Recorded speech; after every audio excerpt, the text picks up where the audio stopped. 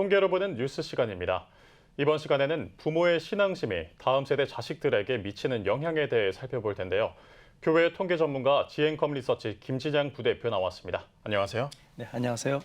네, 이 만 19세에서 59세 개신교인들을 대상으로 학창 시절에 신앙에 가장 영향을 미친 사람이 누구냐라고 물었더니 그 조사 결과가 나왔다고요. 네, 작년 8월에 한국교회 탐구센터가 조사했는데요. 이 조사 결과를 보면 신앙심에 미친 영향은 이제 목회자가 많이 영향을 미쳤을 것이다 이렇게 생각할 수 있잖아요. 네. 근데 이번 조사 결과를 보면 어머니가 신앙 영향을 미쳤다는 비율이 54%로 제일 높았습니다. 네. 그럼 이제 같은 그 부모 중에서도 아버지의 영향력은 얼마냐?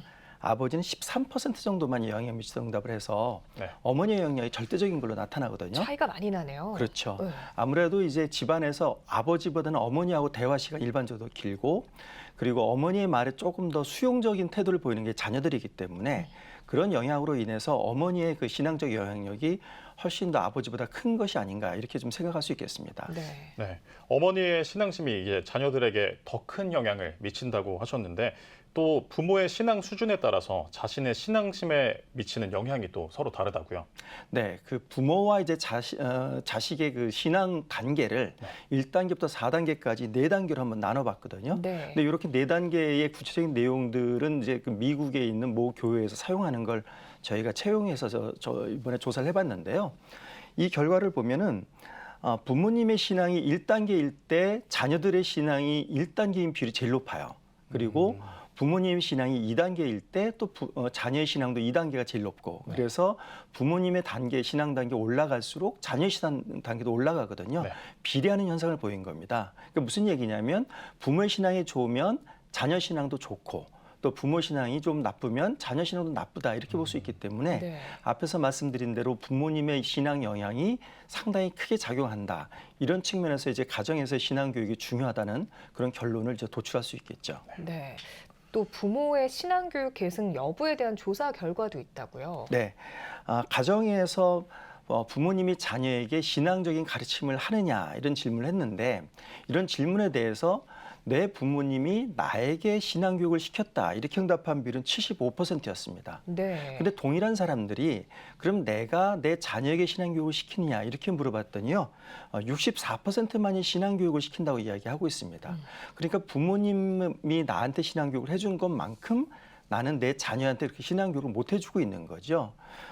이렇게 신앙교육을 다 시키지 못하고 있기 때문에 오늘날 다음 세대가 신앙적으로 취약하다 이런 이야기도 좀 많이 나오는 걸로 이제 볼 수 있겠고요. 네. 그리고 가정에서 이루어지는 신앙교육, 신앙적 대화도 그 내용을 보면 대부분이 예배에 참석했냐, 헌금 드렸냐 이런 걸로 집중되고 있고, 그리스도인으로서 어떻게 세상을 살아갈 것인지 이런 거에 대해서는 별로 부모와 자식 간에서 신앙적인 대화나 신앙 전승이 잘 이루어지고 있지 않은 것으로 이렇게 볼 수 있겠습니다. 네. 네. 또 부모가 자식에게 신앙 교육을 시키지 못하는 이유에 대한 조사 결과도 있다고 들었습니다. 네, 그 첫 번째 가장 중요한 이유로는 부모인 내가 신앙이 확고하지 않아서 이런 응답이 이제 가장 높게 나왔습니다. 26%로 나왔는데요. 네.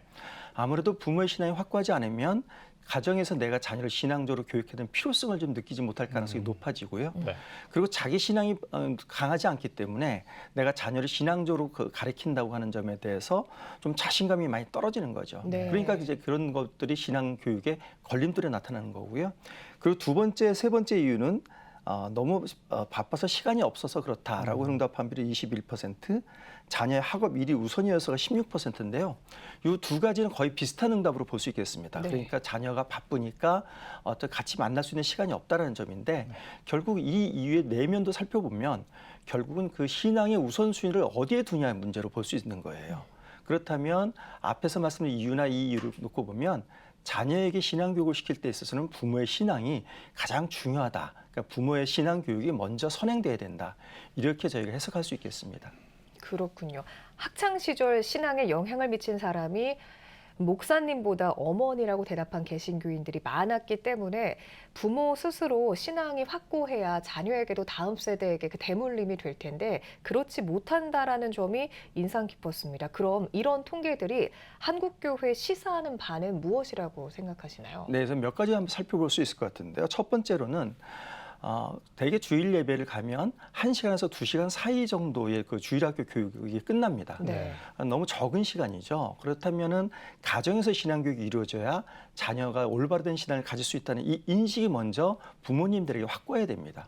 두 번째로는 부모님들의 그 본인의 신앙이나 본인의 신앙적인 어떤 삶을 잘 살고 있는지 좀 살펴봐야 되는 거죠. 왜냐하면 말이나 행동으로 자녀들에게 부모가 모범을 보이는 모습을 보여야 그게 진정한 교육이 이루어질 수 있다고 보는 겁니다. 세 번째로는 가정에서 신앙교육을 시킨다 그러면 이제 가정 예배를 많이 드리는데요. 이 가정 예배를 되게 교회에서 예배 형식을 축소시켜서 하기 때문에 굉장히 어려움을 많이 느낍니다. 따라서 이런 가정에서 신앙교육도 자연스러운 대화를 하는 가운데서 이루어져야 되는 거고 부모의 삶의 모습에서 이제 그런 교육이 이루어진다는 점에서 본다면 어떤 자연스러운 신앙 전수 교육 이런 부분에 대해서도 많은 고민들이 있어야 될 것 같습니다. 네, 다음 세대를 위한 신앙의 불씨가 가정에서부터 시작되길 바라겠습니다. 통계로 보는 뉴스 오늘 말씀 여기까지 듣겠습니다. 지금까지 교회 통계 전문가 지앤컴 리서치 김진양 부대표님과 함께했습니다. 대표님 감사합니다. 감사합니다.